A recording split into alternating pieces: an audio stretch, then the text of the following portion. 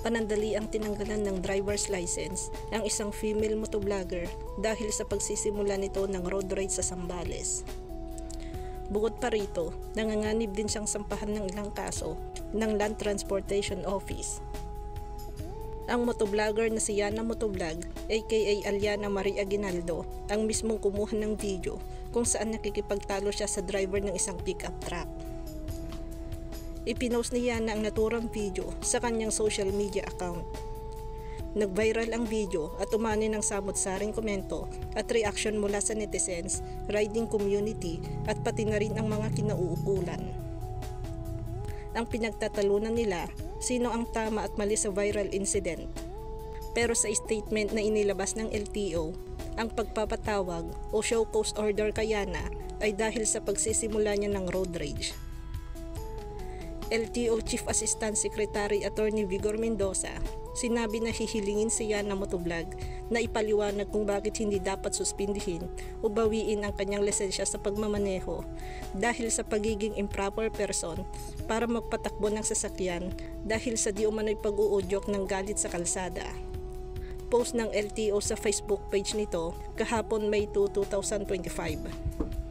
Quoted si Mendoza sa pagsasabing, patuloy nilang pinapaalalahanan ang mga motorista na huwag pairali ng init ng ulo sa kalsada. Anya pa, marami na ang nagpaparusahan dahil sa road rage. On the part of this vlogger, she could have used her social media influence to promote responsible driving and road safety, sabi ni Mendoza. Ipinost niya ang controversial video noong April 29. Malinaw na kinuhanan nito ang video ng insidente para maging content niya. Mahihinuha sa video na nagkaroon ng biyaheng papuntang Zambales ang isang riding crew na kinabibilangan ni Yana. Sa isang punto ng video, ipinakita niya ng isang silver pickup truck sa kanyang unahan na binabagtas ang dirt path. Sa caption, pinunan ng motovlogger ang pickup truck na nagpapalipat-lipat umano ng lanes nang hindi tumitingin sa paligid.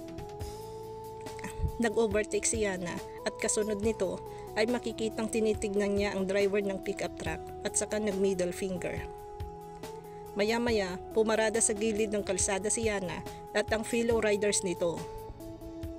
Hihintayin daw nila ang iba pa nilang kasamahan. Nang papalapit na ang pickup truck, maririnig si Yana na isinigaw sa mga kasama ang tungkol sa parating na pickup truck. Sapakin natin, tila utos ng lady driver sa kanyang mga kasamahan. Sa di kalayuan ay makikita ang driver ng pickup truck na bumaba at nilapitan si Yana. Pagkalapit nito ay tinanong ng driver kung bakit nag-dirty finger ang motovlogger. Balik tanong ni Yana sa driver, bakit nga ba? Mahihinuha sa katwiran ni Yana na pinapalabas niyang ang pickup driver ang may pagkakamali.